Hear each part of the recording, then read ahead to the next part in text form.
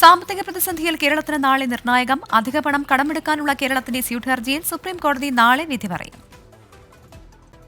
സംസ്ഥാനത്തെ സാമ്പത്തിക പ്രതിസന്ധി രൂക്ഷമായ ഘട്ടത്തിൽ കടമെടുപ്പ് പരിധി കേന്ദ്രം വെട്ടിക്കുറച്ചതോടെയാണ് കേരളം സുപ്രീംകോടതിയെ സമീപിക്കുന്നത്.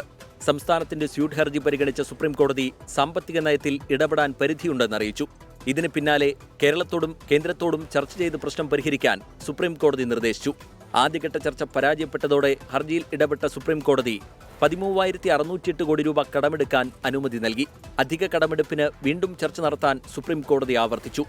19,351 കോടി രൂപ കടമെടുക്കാൻ അനുവദിക്കണമെന്ന കേരളത്തിന്റെ ആവശ്യം ചർച്ചയിൽ കേന്ദ്ര ധനകാര്യ മന്ത്രാലയം അംഗീകരിച്ചില്ല.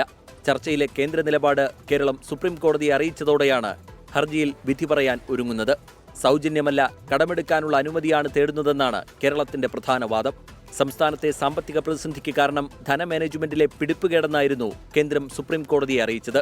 സുപ്രീംകോടതി വിധി കേരളത്തിന് അനുകൂലമാകുമോ പ്രതികൂലമാകുമോ എന്നാണ് കാണേണ്ടത്. 24 ഡൽഹി.